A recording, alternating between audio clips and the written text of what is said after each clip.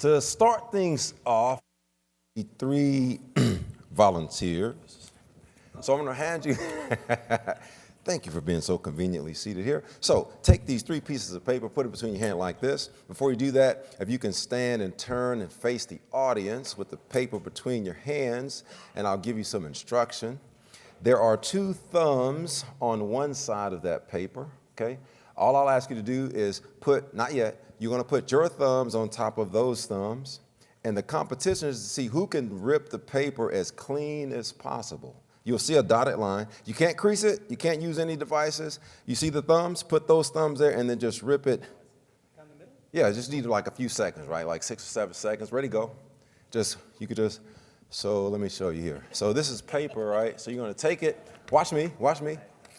Just like that. Ready, go. Okay, all right. There's a gym, I think, on the 4th floor, if you can. Okay, sorry, guys, that was a setup. So watch this. That paper has like 50, 100, 200-pound tensile strength right where those thumbs are. Unfortunately, it is impossible to tear. I had this one guy, he had these big, gnarly Hulk hands, and he just totally ripped it. Only time I've ever seen that done. But, so why do I open with that? Because there are a lot of times we come to these conferences and we have a topic called sales. By the way, I'm so grateful to be invited to a marketing conference, although I'm a sales guy. I think it says a lot about you guys and the organizers. But here's the deal. When you assume that something is easy to do and then you try to do it, you find out that the information is easy, tear a piece of paper. The application is a lot more difficult. So as I share these ideas and concepts with you, I don't want you to say, have I seen it before, heard it before? Yes, I thought about that. But are you actually doing it? Are you applying it? And are you getting results? Fair enough? And as I continue through this, I want you to keep 3 things in mind. Everything I'll be sharing with you today has to do with your sales conversations, phone, email, chat, face-to-face, sales presentations, and your sales communication. Because I believe all marketing should have some sales psychology baked into it. We have to understand what motivates human beings to buy, what's the science and psychology behind why they buy, why they don't. And I would like for you to start baking some of that into your marketing messaging. Website, communication, conversation, presentation, regardless of what it is. Videos, it all applies. Now, I'm going to start with what I call an info Prezi. It's an infographic that I use with Prezi, and I kind of force the conversation. I force focus by moving where I want you to focus. So this is going to cover, we're going to start off with, I call the 7 deadly sins of sales. I'm not going to cover all of them. We don't have time, but I'll cover a few that I see the most because I want you to avoid them, right? Second, I'll share a few sales trends that we're seeing in the marketplace because I want you to be aware of them and then take advantage of them, and I'll give you some tools and tips on how to do that. And then I'll share the 6 steps, and we'll spend most of our time there. All right? So as you look at this, we're going to talk about some things on the right. Those are the things that I want you to do. That's a new perspective. And the things on the left, those are the things that I want you to avoid. Those are some traditional sales mistakes we see often. Don't worry, I'll zoom in. You'll be able to see them better. Before we start, this is our company logo. I like for you to call out how many objects can you identify through this logo? How many things jump off the page? Just shout them out loud. What do you see? How many objects can you identify? I mean, just what are the objects? Let me say it that way. 3 cubes going, what, up and off to the right? That's 1. 3 laptops, 2. Oh, you want 3 points for that one? No, that's just one thing, right? 3 walls, like on the dark parts, 3. I'm sorry? 3 arrows going down the right. 4. World record is 5. That's very cool. 3 doorways with a shadow. What do you have? That's 5. 12 colored chunks and then the white spaces between them. That is a stretch right there, right? I'll give you credit anyway. 6. All right. You got the world record. Congratulations. Now, here's the deal. Here's what happens in our sales communication, right? Presentation, conversation, doesn't matter. We think we're giving one message. There's one graphic on the screen, but our audience, our market is taking away 4, 5, 6, 7 different messages, right? Because our messages are meandering. I'll show you how to clarify your messaging so it's clear, compelling, and concise. The 3 C's of effective sales communication. Here, I had a group of CEOs in California, had one come up, he pitched, they were doing wireless technology. He pitched his deal, right? So I had the other 9 CEOs in the room. I gave them an index card. I said, write down what you just heard, right? Didn't give a whole lot of instruction. Like, what was the main takeaway, right? Then I collected the index cards, and I had the CEO read them off, and they were all over the place. 6, 7, 8 different things that were taken away. And he was shocked because he thought his message was clear, compelling, and concise. What I want to do is remove, we call that mutual mystification. Well, we think we're saying one thing, but they're taking away 6, 7, 8 different things. And I want to remove mutual mystification from your sales conversations. All right, let's keep it moving. Harvard, the number one most neglected person in the room in a sales conversation, unfortunately, is the prospect. Right? The most neglected person in the room in most sales conversations, sales messaging, is the prospect. And here's what's happening. This is what's going on in their mind. They're thinking this. Do they even understand my problem? It's going to be boring, right? What's in it for me is going to be long. It's going to be painful experience. That's what the prospect is thinking. Our job is to remove these doubts. Can I even trust these people? Is this going to be too tedious and complicated? You may have been thinking some of this as I was standing on this stage. But check this out. Here's the question. How do you communicate when you sell? Because although this is a marketing conference, as your business owners, every one of you, I hope, has a sales mindset, and you should be also considered, I would think, sales professionals, or at least have one in your organization. Check it out. Harvard Business Review. $15 billion spent every year training sales teams. That's how much companies spent, I think this was 2 years ago, in training sales teams. Why? It's difficult to sell consistently and repeatedly, right? With growth at the same time. Check this out. Corporate Executive Board researched 4 million business professionals, only found 17% of them qualified for what we call insight selling, what some also call consultative selling. And I have a stat to share with you in a minute on how we can deal with that. Only 17% qualify for insight selling. And the reason is most people are doing a lot of these things on the left, which I want to identify for you so you will avoid them. So here we are. Things on the left don't do. A lot of times people say, I know this, I'll just wing it. I've been doing this a long time. I don't need to prepare for this sales meeting or this presentation. I'll just go in and make some things happen. Check this out. I had an opportunity to train this guy. He was inducted to the NFL Hall of Fame, asked me to help him with his Hall of Fame speech. I said, great, let's do it.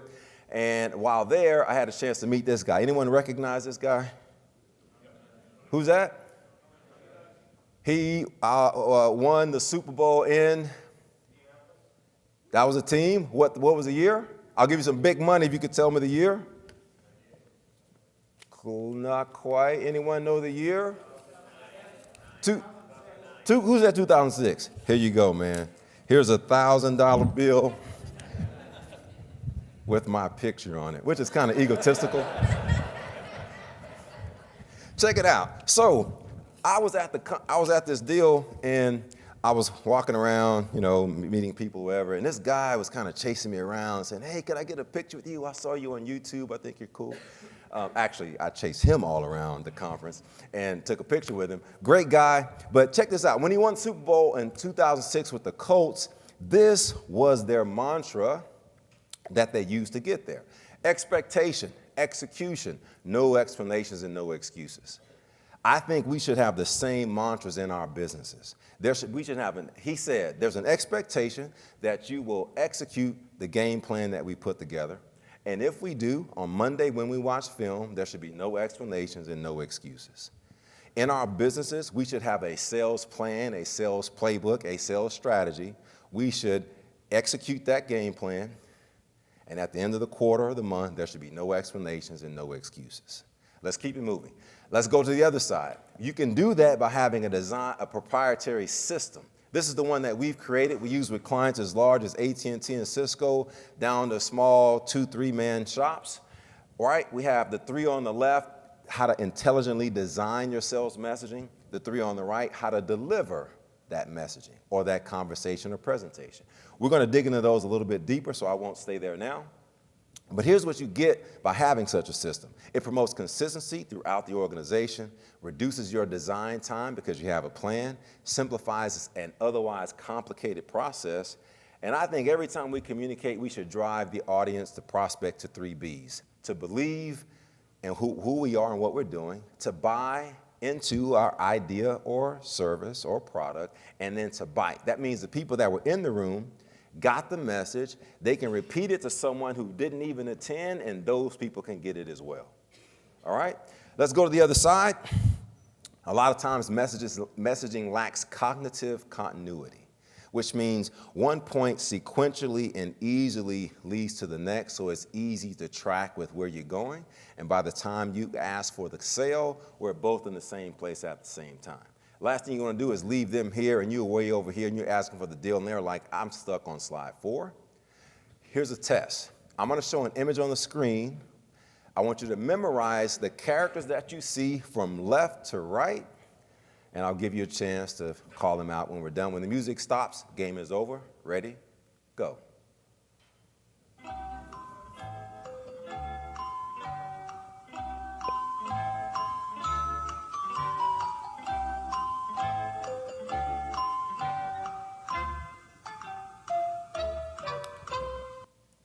Okay, any volunteers? None?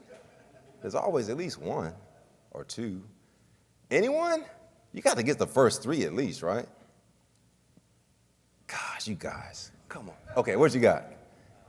Dollar, question, dollar, X. asterisk, hash, asterisk, no. Wow, that was impressive. That was the first 6 you got. Very well done. Here's what's interesting. The brain locks down after 6 or 7, we can't do anymore. The brain scientists call it 7 buckets. That's when our brain maxes out how much information we can only contain, remember, 7 buckets of information. So that's why what is almost always 7 digits long?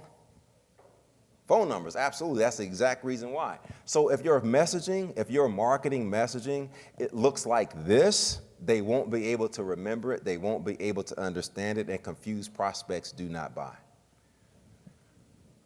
And here's how that conversation looks. My words came out fine. They were processed incorrectly by your brain. We blame the prospect. We blame them when it is our messaging, our sales conversations that are too long, too complicated, too confusing. We do SEO, PPC, XYZ, ABC. It's just too much information and acronyms because that's not the world that they live in, so they don't understand it quickly and easily enough.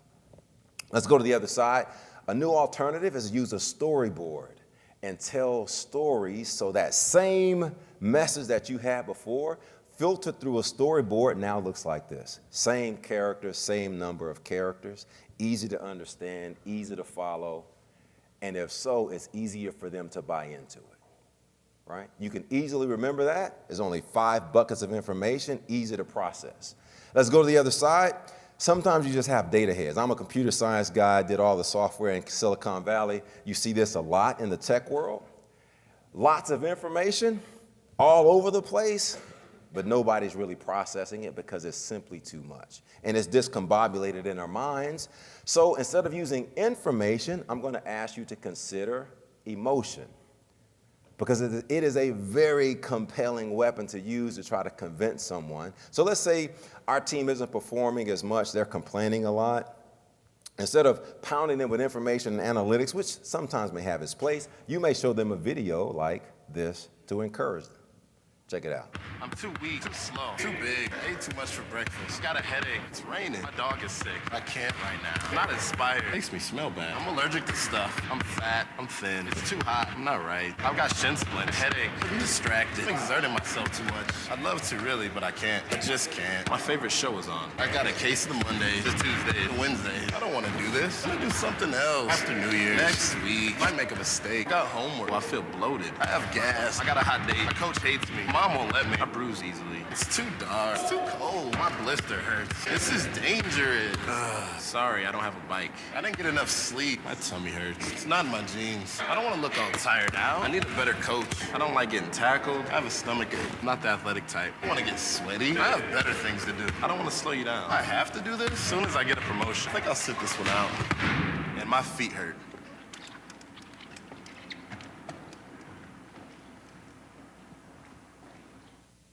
Any comments or reactions to the video? I heard some ums and some ahs when it was ending. Anyone? What you got? Very powerful. Why is that? Well, I imagine him not being disabled, not being in a wheelchair. I imagined that he was not in a wheelchair, and then all of a sudden, here he is. Absolutely. This guy here won 2 gold medals in the Paralympics. You know, after the main Olympics is over, they have the Paralympics. And he won, I think, 1 or 2 national championships. I didn't even know they played basketball like this in colleges, but they do. And he was born with spina bifida, right? So emotion is a very powerful weapon to use to influence and inform your teams or your prospects. Let's move to the other side. Sometimes it gets too complex, right? They can't process the information if it's too complex. We can't connect the dots in our brains. Our brains are designed for survival and protection, right? And so if you're just overwhelming them with information, the brain is not allocating that many resources to this conversation to afford it to understand complex information, right? Take a look at this. Here's a quote, and I want you to tell me when you think it was penned. There's great danger in that present-day teaching could degenerate into the accumulation of facts and unexplained formulas which burden the memory without cultivating the mind. When do you think this became a problem in our culture, and when was this penned? I'll give you some big money if you can answer the question as close as you possibly can. The year in which this quote was penned. 1920. Any more? Any guesses? 1921. This is not The Price is Right. 19, okay, one more guess. We just need at least 3. 62. Here it is. You won, but just kind of, no, you didn't. Actually, the 1921. Check it out. 1873. Here's your big money. Come on down, you're the next good, no. So why go back so far, right? Why did this, now this is long before, congratulations. This is long before the internet, right, and high-speed data and smartphones and all these things. It was already becoming a problem, and now it is an absolute epidemic, and we see it with clients all the time. Way too much information. And only thing that all that information does is burdens the memory without cultivating the mind. Why? Because the memory can only hold 7 chunks of information anyway. And you saw I had simple characters on the screen, and it took me 3 questions before anyone would even try to answer if they could remember just 6 simple characters. So when you throw these long, complicated videos and websites and marketing campaigns and sales conversations, there's no way they're going to be able to process all that information. Let's keep it moving. Back to the other side. I'm going to ask you to keep it simple. How can we do that? I need some more volunteers. Just 2? I'll take, no? You good? Sure, thank you. And you, and please, would you mind? So there's 3 triangles. You read the one on the right, on the left, in the middle, on the right, out loud. Ready, go. Paris in the spring. Bird in the hand. Once in a lifetime. Thank you very much. Now, what I'm going to do is show you the exact same card that they are holding in their hand. And here's it. Paris in the spring, bird in the hand, once in a lifetime. Watch this. It actually says Paris in the spring. Bird in the hand, once in a lifetime. Now, we all made an assumption that since they're business owners, they're very intelligent people, and we find upon further investigation they can't read a very simple phrase, right? Just jokes, just jokes. So what happened? They never read these words, right? Your brain identified those words, and it just went, that's Paris in the spring. Bring a 6-year-old in here, they would say Paris in the spring. What's the point? Leverage the power of stories and quotes and phrases, colloquialisms that people already understand, because they will quickly gravitate towards it, even if you misspell it. The brain will autocorrect. Concepts that they already know and they already understand, present that first, then invite them into your new world that you're trying to introduce to them. Don't start with who you are and where you are first. Find out where they are, use phrases they already understand, then invite them into your world by using very simple phrases. Keep it moving. Back to the other side. We're almost done. Sometimes they share everything they know, a problem we see often. That leads to what we call show up and throw up in sales, right? And this, excess information confuses prospects and they hardly ever buy. Here's the problem. They will never tell you they're not buying because they're confused. They'll smile. We really appreciate you guys coming by. We're going to absolutely get together. We're going to talk with our team. We really see ourselves moving forward. We think this would be a great opportunity, great partnership, all this stuff, and they never call back and they never engage. Chances are, as one of these reasons we've discussed, that's created the problem. When the quantity of information goes up, quality of learning goes down. It's not the opposite. Because you're adding more and more information, you're actually reducing learning, not increasing it. And here's the deal. The designer has achieved perfection, not when there's nothing more to add, but when there's nothing left to take away. When I wrote my first book last year, it was at 220-something pages. I said, I don't want to put out a book that long. I began chiseling and just removing content, removing information, replace that with a story, replace that with a graphic, replace that with a quote. And I got down to like 147 pages. The hardest thing I have ever done in my life was removing that much content and only giving them what they exactly need and making sure that it's clear, compelling, and concise. Back to the other side. I'm going to ask you to use an intelligent structure, which we talked about. We're going to dig into this in a little more detail. And last, don't be so self-centered in your messaging, always talking about yourself, your product, your service, your strategy, who you are, what you do, your case studies, etc. In fact, we don't like salespeople who wear T-shirts like this underneath the suit, right? I love me some me. They'll never say that, but they demonstrate that. I want to ask you to do this. Be audience focused. Focus on the prospect. Focus on them. Find out what is it like to be not this, where I'm focusing on my message and my microphone, and the audience is a blur, the prospect, because they feel that. They feel that if you do that. I'm going to ask you to get in their seat. What is it like to be in their shoes? We heard it earlier. How can I empathize with the situation that they're in and then help them get out of that situation? Question to you. Of all the questions on the screen, which one is most important to your prospect? Say again? Trust anymore? What's in it for me? They want to know that first, and once you've answered that question, then they want to know, can I trust this person to deliver it? What's in it for me? Now, those are the 7 deadly sins, the things I want you to avoid and offer a new perspective. Now what we're going to do is share a few brief trends in the sales world, and then we're going to go into the 6 steps. There's only like 4 or 5 slides here, so don't worry. Check this out. Number of U.S. B2B sales professionals that will lose their jobs by 2020. That's next year. This stat came out last year by Salesforce. 1 million sales professionals lose their jobs by next year. Here's why. The roles will change based to meet customer demands. 33% decrease in sales roles because they're just order takers, right? Selling iPhone 10 years ago. You show the phone, people buy it. Explainers, they just talk features and benefits, features and benefits, features and benefits. 25% decrease. 15% navigators. These are people who know how to find their way through, get to the decision maker, and have a conversation. My question, why do you think there are such massive declines in these roles as it relates to sales professionals? Any guesses? Say again? Automation, artificial intelligence, software, analytics, right, are replacing these roles. But check this out. There's a 10% increase in consultants. We call it insight selling, conversational selling. There's a 10% increase. I want you to be part of that statistic and avoid these other 3. And here's how we're going to do that. Check this out. 6 characteristics we find in those that 17% that practice insight selling. These are the 6 characteristics that they have unanimously.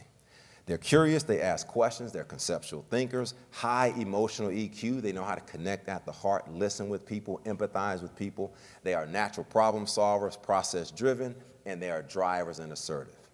So if you have sales professionals on your team, or if you're that sales professional going forward, these are the things we want to talk about. And one of the more neglected is this one here. The highly emotional EQ is probably the one we see the most neglected. We have Texas Instruments call us in and say, hey, we have these people, they're super sharp people, but they're very analytical, very intellectual, and they're not really having a human-to-human, heart-to-heart conversation. They're just talking speeds and feeds and chipsets, right? And no one wants to be engaged in that kind of conversation. So this is what I'm going to ask you to consider as you're having a sales conversation with another person on the phone or in person, because this is what's happening. All of us have this going on inside of us, right? We are analytical. Some are highly analytical, highly conceptual, don't have a lot of structure and process, and isn't very interpersonal. So when you're talking to someone like this and you're high-fiving and laughing and hugging on them, they're not going to be feeling you very much. And let's say you don't add a lot of details, you have no analytics at all, you just want them to understand that you're not going to connect with them. Or they're very expressive. If you come in and you're very monotone and don't have a lot of energy, they're not going to want to connect with you. It has nothing to do with technology and pricing, guys. We buy from people that we like, know, trust. This is how you build the like, know, trust factor. By connecting with another human being at this level, right? If they're very expressive and you're not, they're going to feel a disconnect, right? That's just how we're wired as humans. We can't afford to ignore these realities, because I talk to companies that do. Now, on the other hand, we have people that may be wired like this, because everyone's different, right? So we just have to be sensitive to that. In this case, they're not very analytical. So you don't want to go in a real deep dive on a lot of data and hardcore analytics and facts, because they don't care about that, right? You do want to connect with them, listen to them, have a conversation, laughing, smiling, high-fiving. They enjoy that. They'll feel a connection with you. Why? Because we buy from people that we like, know, trust. This is how you build the like, know, trust factor. Now, there's a whole other thing we do that shows you how to learn this, how to read this, how to sell based on this. We have no time to go into it, but I want you to at least be aware of it, right? I want you to be aware of it. Now, how do we pull some of this off? And then we're going to get into the 6 steps right away. We come in and we look at sales systems. Hopefully, so this is what we find works really well in most organizations where their sales team is thriving and growing, meeting quota on a consistent basis. I'll share this with you. They have the sales systems in place. They have a sales strategy that everyone understands. They have a staff. We come in and we assess. We have this sales assessment specifically for salespeople. We make sure we have the right team in place and we have the right structure in place. And then we have all these different modalities in which we teach these things, because everyone learns differently. Some software, some books, some face-to-face, some online, etc. So something to keep in mind as you guys are building and growing your sales team and hopefully your revenue for 2019. Now, that's the last one for this. Now we're going to go into the audience profile, how to really understand who we're talking to, the basic building block, how to structure our messages, and the content storyboard, how to tell stories so they can track with us along the way. On the delivery side, I pursued the World Championship of Public Speaking, and Toastmasters made it to the World Semifinals, and this is basically what I learned in that process. On the delivery side, how to examine the content, how to prepare, practice, right? And how to zero in on the audience so that when you're talking with them, your messaging, your sales messaging resonates with who they are and where they are, not who you are and where you are. Now, any observations you find on the screen, just as you look at this 6-step process, anything jump out on the screen to you? ABC, XYZ, everyone says that first because we put those letters in red, so great, thanks for that. But there's one more, dig a little bit deeper. Did anyone pick up on anything?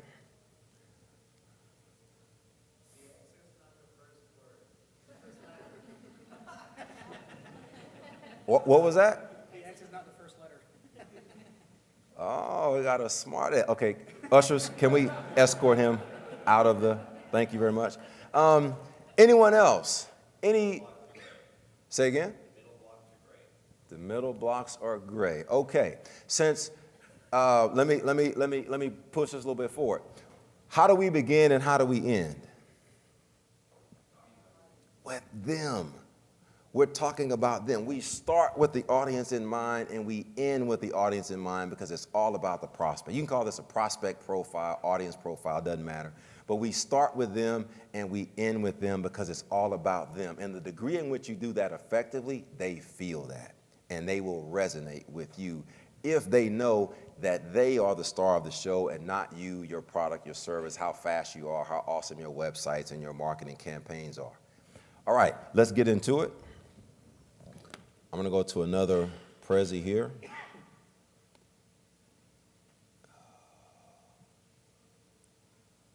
I'm going to fast forward this one. Okay. So the ABC, we're going to start with the audience profile. We'll end with the zero in on the audience. So audience profile, the speaker-focused approach where you focus on yourself, it leads to frustration. They think you're talking at them, and it leads to information overload because you are the star of the show and you want to get everything out. Question, why do we often give so much information, more than is necessary? We just continue talking. I've been in sales calls where I'm like, I can't believe this person is still going on and on when they just asked them one question. Why do we do that? What do you got? They're nervous and unprepared. I heard two nervouses and unprepared. Anything else? They think they're making connection by talking about how smart they are. I saw this over and over again in Silicon Valley, working with these super smart people. There's another thing. When you don't know where the bullseye is, you show up and you're shooting all over the place, hoping that something's going to stick, right? We're just firing shots all over the place because we don't know what's going to work. I went hunting. A guy, he had his bachelor party. He wanted to go hunting. So we went to this lake or whatever, and these birds. I've never hunted before. I didn't know what I was doing out there. So he said, hey, Brian, you were first. And so I took the rifle, shotgun, whatever we had, and we were shooting some kind of birds, I don't know. So I see this big flock of birds come by. So I'm like, dude, this is like game over. Bam, bam, bam. Nothing happens, right? We're just wasting ammo. So he finally says, hey, man, listen, I need you to pick one bird, and I want you to trace it and track it and pull the trigger and continue tracing and tracking while you pull the trigger. So instead of just firing into this huge vast of the market, we pick one area that we want to focus, we line it up, and boom, knocks it out of the sky first try, right? The point is, if we don't know where the focus is, where the bullseye is, we're going to be aiming and throwing things all over the place, and guess what? The market feels that as well. So focus on them, not on us. Audience-focused approach leads to learning, understanding, and they will actually appreciate you for coming by and talking to them, or whether it's over the phone, doesn't matter. Now, check this out. I'm on LinkedIn, spend a lot of time there, and I was engaging with someone. I went to her website. I saw that one of the links were broken, and I saw she had one small misspelled word, no big deal. And then I actually read her profile, and I reached out to her. She says, thanks for reaching out. Most of the time, people just invite without an introduction, know nothing. It's nice you get it. She goes on to talk about, hey, let's get together, let's talk, etc. Being hyper-focused on them. I've been practicing it for quite a while, and it works. 2013, right when that message came through. Keep it moving. How do we do this? We consider their perspective, we value their time, and we will have an audience that will believe and act on that belief. Now, how do we create the audience profile? This is just a graphical demonstration of the process, right? So we talk about where are we meeting, who are the objectors in the room, who are the allies, what is the expected outcome we want to get out of our time together, whether it's on the phone or in person. Right? So we ask all these questions in advance, and we fill out a profile in advance because we have to have a plan if we want to win. Here's the ultimate outcome. At the end of our time together, what do I want them to think? What I want them to say or do? And I actually write these things down. It may just be one. You may just want them to do something, but I literally write that down. When the time we're done with this 1 hour meeting, 30-minute phone call, I want them to do X. And I write that down, and everything I introduce in that conversation is driving them to that particular outcome. And that's what keeps me focused. Because it doesn't make sense to talk about that over there if it's not driving me to that expected outcome that I'm looking for. What I want them to think, say, or do, write that down, and then drive the conversation towards that particular outcome. Now, that's the audience profile, quickly done as an overview. Now let's dig into the basic building block, and I'll slow down a little bit here. The basic building block of effective sales conversation, sales presentation, or sales communication starts with the cornerstone.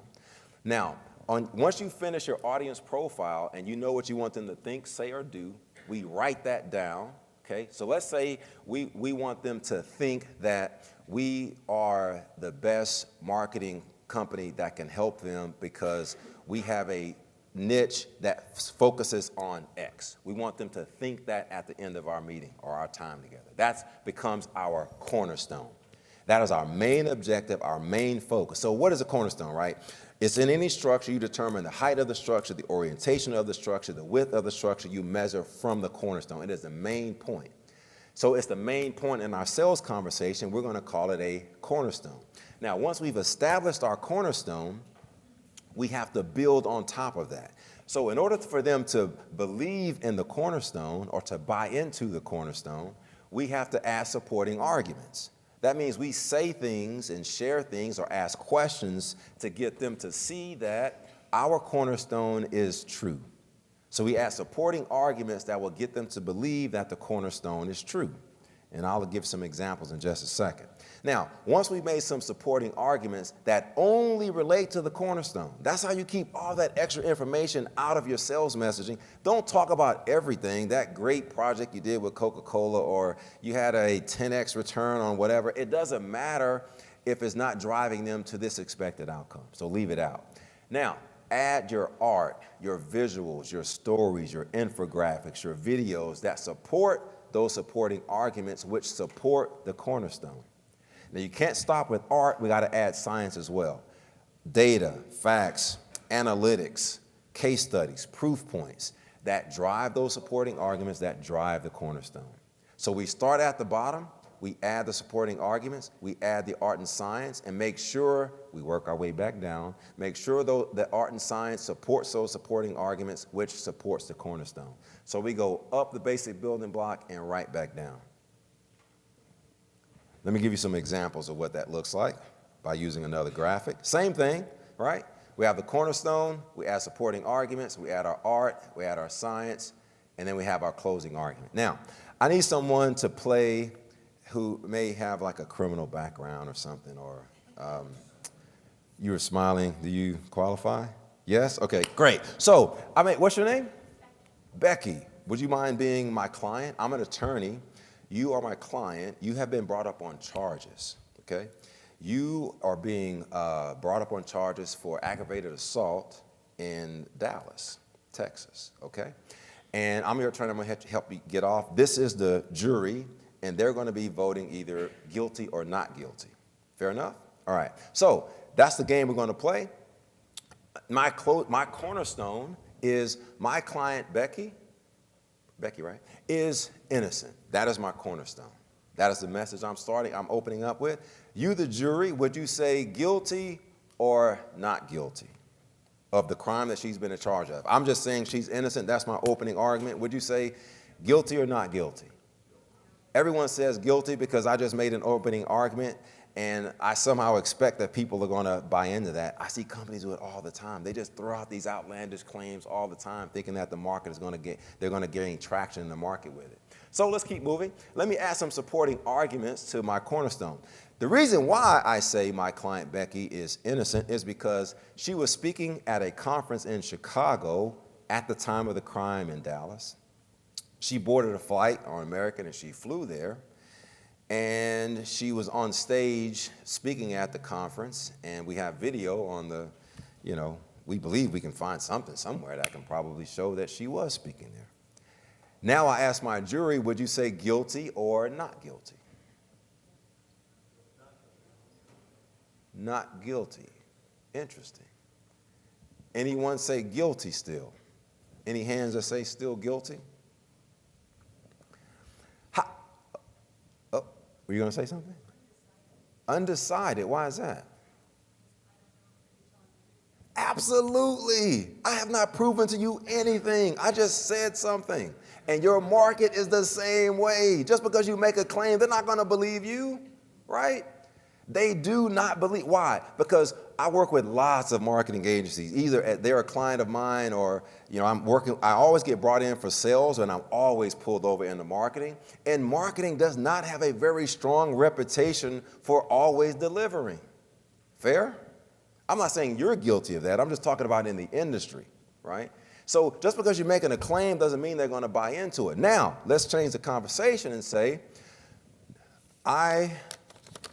Becky, boarded the flight, and we have our boarding pass, and we scanned it. We confirmed with the airline that she actually did board the flight. We have the hotel. We scanned her card. We show she actually registered. We have surveillance video of her walking in the hallway at the hotel in Chicago. And we have her badge that shows she registered for the conference. And we have video footage at the conference host website with her speaking on stage at the conference in Chicago during the time of the crime. I now say my client Becky is innocent. What do you say, guilty or not guilty? Not guilty, absolutely. And your prospects will say the exact same thing. If you keep it simple, one cornerstone, one objective, you add supporting arguments that drive that cornerstone home, and then you add art, science that drive those supporting arguments home that prove that cornerstone, they will say the exact same thing. My question to you would be this. Of these three elements, or what, four, cornerstone, arguments, art, science, which one do you think in your industry is the most neglected, the most forgotten?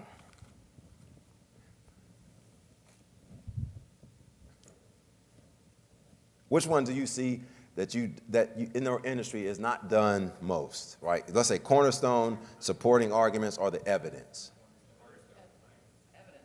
I hear evidence, I hear cornerstone, and here's what the truth is. It's all true, because if you're not doing all three, you don't have a complete game plan, right? If you just have a cornerstone and you have art and science, they're like, well, how does those two connect? You made a comment and you got all these data and facts and case studies, but if you have a cornerstone with supporting arguments that drive the cornerstone, and then you prove those supporting arguments with facts, data, science, evidence, then they begin to say, this is probably true because it all lines up, right? And that's where the trust factor is increased, because you're not just making claims that you can't support. Now, this is a basic building block. That's how it works. Any questions or comments on this part? Let's keep it moving to the storyboard, and then we'll open it up.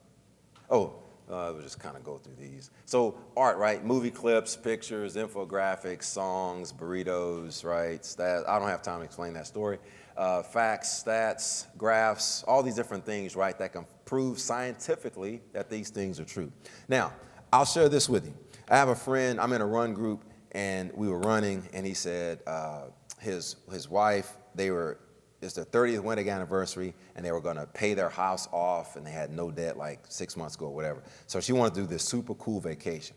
So this is what she does. She says, hey, listen, she lays down our cornerstone. Hey, I think we should do something super cool for our anniversary this year.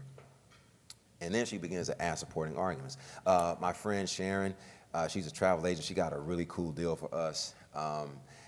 We got a super cool hotel, and there's going to be a race that's going to be taking place at this place during the time that we'll be visiting, right? So she's hyper-focused on her audience. She's adding supporting arguments. Then she shows the actual price. She shows the website with the views, the ocean views, and the villa, and all the cool things they're going to be doing. And she shows the screenshots of the race that's going to take place. And she totally uses this process to convince her husband to go on vacation. Question to you, do you think they went on the vacation or not? Absolutely they did, right? It's very powerful, very convincing. Why? Because it deals with human science and psychology, which I don't have time to go into now, but it totally works in relationships as well as in your business as well. Now, let's cover this third step, which is the storyboard. We're going to start with the introduction, create pattern interrupt, wake them up, shake them up, because it's important to do that. And I'm going to move to this kind of quickly because of time. Notice we didn't start with, hi, my name's Brian. I'm great to be here. I'm happy to be here, et cetera, et cetera. I started off with these weird pieces of paper that you got to tear. You know how long I had to search online to find paper that you can't tear, right? But you use something to create pattern interrupt so people know this is going to be different, right? So in our introduction, then we create a transition. Those are words that connect two different points together. So I make a point, then I make a transitional phrase, then I make my next point. That way I'm bringing them along with me, and I never leave them behind. They know where we're getting ready to go, and then we go there. And then we make the next point. That'll be our first supporting argument, right? That supports our cornerstone, uses many stories to drive the point home. Then we make another transitional phrase that introduces point number 2, and then we make point number 2, supporting argument. Now, we're throwing in art and science, right? This is a simplified way of doing it, so you can kind of flow with it. Then you make another transitional phrase. So I don't make another point until I make a transition. I have to tell them what I'm getting ready to do, and then I go do it. Now, this is the final point, which may be something compelling or challenge to the prospect, or it may be you may have an ask, or what would you like to do next? There's a lot of ways to do that. So basically, we learn the power of story, and there's obviously a lot more to it than that, but that's just an illustration of what that flow looks like. And it could be applied in a lot of different areas. So that's the ABC, audience profile, basic building block, content storyboard.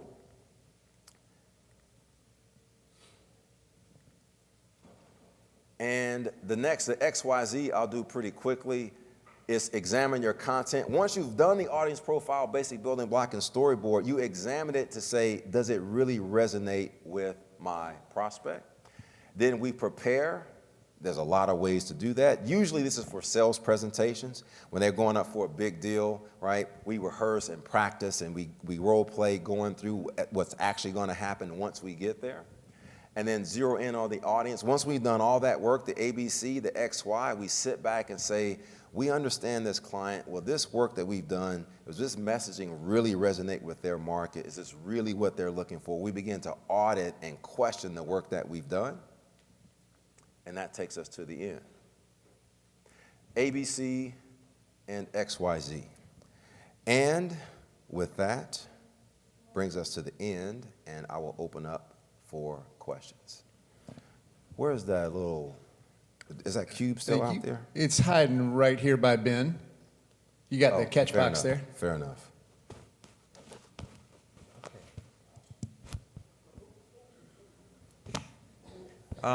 Thank you, by the way. Sure. So do you have any recommendations for maybe some of us that are set up to primarily be kind of a consultancy first and have situations where we're in a client sales meeting where the client themselves really does have a pressing problem and they do want to drag you down into the nitty-gritty in the very beginning? So how do you maintain the pace of trying to go through this process to sell your value when the client is, really wanting to talk about the specifics? And how do you balance that between the value that you can convey by going on a deep dive very quickly? So the question is, sense? they're digging deep in the weeds, and so why is that a problem? Why do they have the problem? No, why they're digging deep in the weeds, why is that a problem for you? Well, because you could get into the situation where you do overload them with too much, or the conversation goes off track because they're leading it and you're not, going through the process of, presenting your value. Fair enough. Okay, I just need to clarify that. So in a situation like that, it's tough, but that's discipline, right? It's really a practice of discipline, because initially I want to give them, here's the thing, in the absence of value, prospects dig deep in the weeds because there's not a lot of trust, and they will argue on price. Mm-hmm. When the value is very clear, the questions begin to kind of subside. When the trust factor is high, the questions and the arguing on price begin to subside. So I would begin asking myself, am I really conveying my value clearly and simply enough to them to where they can buy into it? Otherwise, because sometimes I'm thinking there may be some doubt if they're asking lots and lots of questions. Like my daughter, I have 3 boys and a girl. My daughter broke her arm, took her to the hospital, man. I'm like, look, dude, you need to fix my daughter's arm. I'm not asking for any credentials or when's the last time you did anesthesia or what. Fix my daughter's arm. So the questions drop when the pain is high on my side and the value is great on the other side. So that's where I would start the conversation anyway. Any other questions?